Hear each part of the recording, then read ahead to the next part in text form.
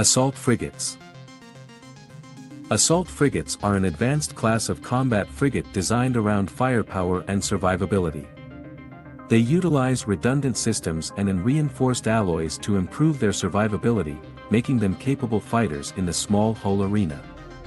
Popular amongst capsuleers, they are hands down some of the hardest-hitting frigates to be found. History.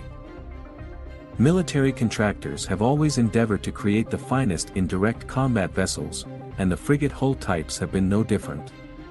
For many centuries, frigates remained relatively limited in just how much punishment they could survive or deliver without sacrificing critical levels of effectiveness in either area. Most popular designs painstakingly struck a delicate balance between the two, which while effective, left the dream of a hard-hitting assault frigate out of reach. Upon the discovery of practical morfight applications, the applications it allowed became immediately clear to combat frigate designers.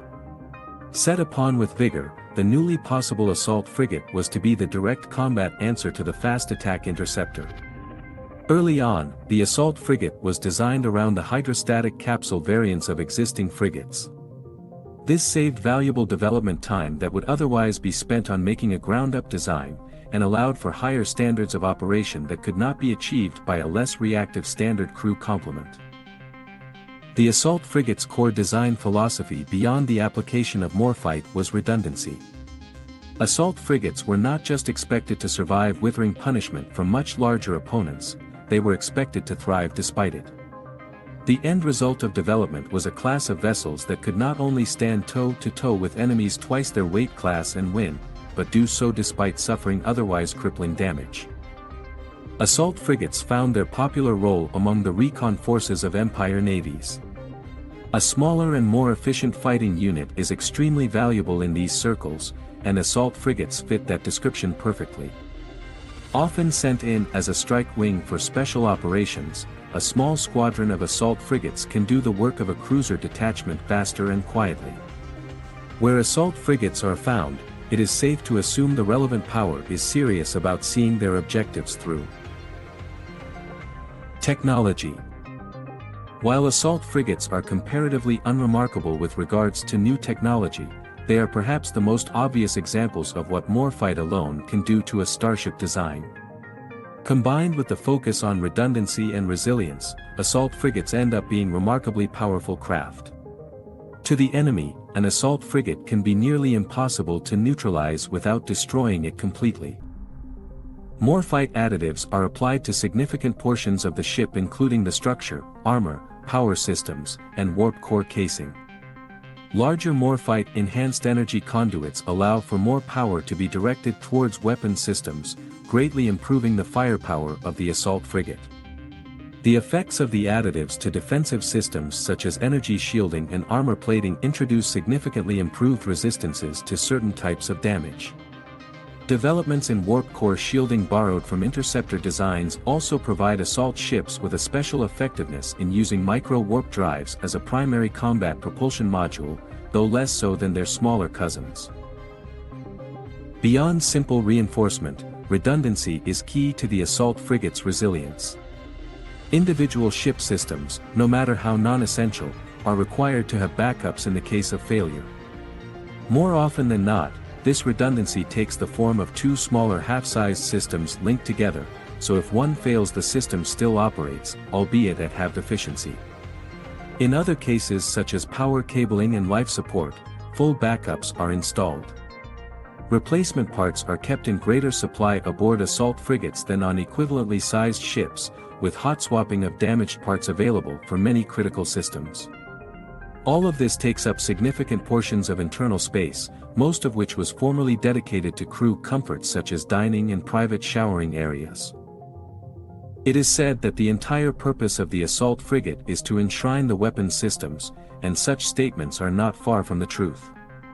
All the resilience and redundancy of the ship is designed for the sole purpose of keeping the weapons working, whether they be missiles, drones, or turrets. The entire purpose of an assault frigate is to destroy the target as quickly as possible for a ship of its size, and to that end the weapons of assault frigates are understandably enhanced to remarkable degrees. Improvements to range, application, and effectiveness of the weapons are made across the board in almost all cases using the same variety of redundancy and reinforcement applied to other systems. With targeting and flight controls given over completely to the capsule pilot, lighting quick responses to changing environment and targeting data allow for the weapons to be applied in precisely the right place at precisely the right time. Without the capsule, most of the efficiency of the improved weapons is nullified by suboptimal targeting and navigation. For this reason, the ship is explicitly designed to be piloted by a capsule pilot, though it is still possible to operate one without. Perhaps most notable is the intimidating use of atmospheric venting. Fires are a common and lethal danger aboard starships, and the only sure way to eliminate them almost completely is to provide no oxygen to burn in. In the case of assault frigates, entire sections of ship are capable of automatically depressurizing in the event of fire, which necessitate the use of exosuits for all crew members. Again, the use of the hydrostatic capsule's independent life support with all the allow the assault frigate to continue operating for a very limited time even without a crew. Crews. Assault frigates unsurprisingly require less crew than that of their less advanced counterparts. Anywhere from 2 to 5 crew members are required on the typical capsule-fitted variant. Due to the assault frigate's near-complete reliance on the hydrostatic capsule to fill its intended role, it can require more than double that to operate one without a capsule.